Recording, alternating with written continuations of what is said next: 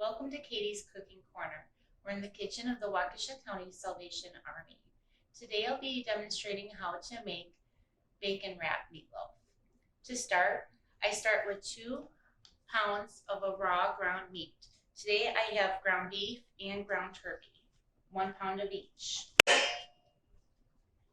To that, I add 1 chopped small onion. It's about 1 cup. 2 cracked eggs,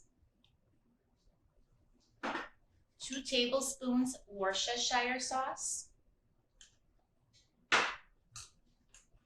1 teaspoon of pepper, 1 teaspoon of salt, 1 teaspoon of garlic powder, a 1/4 cup of milk,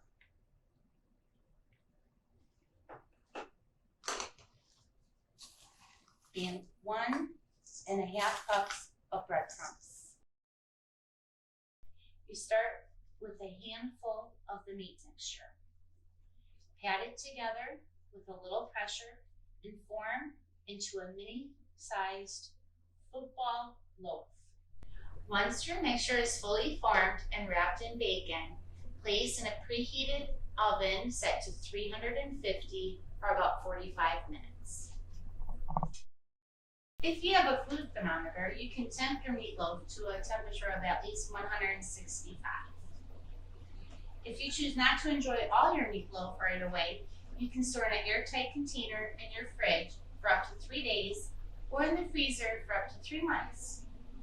Thank you for joining us today. Eat well, be well.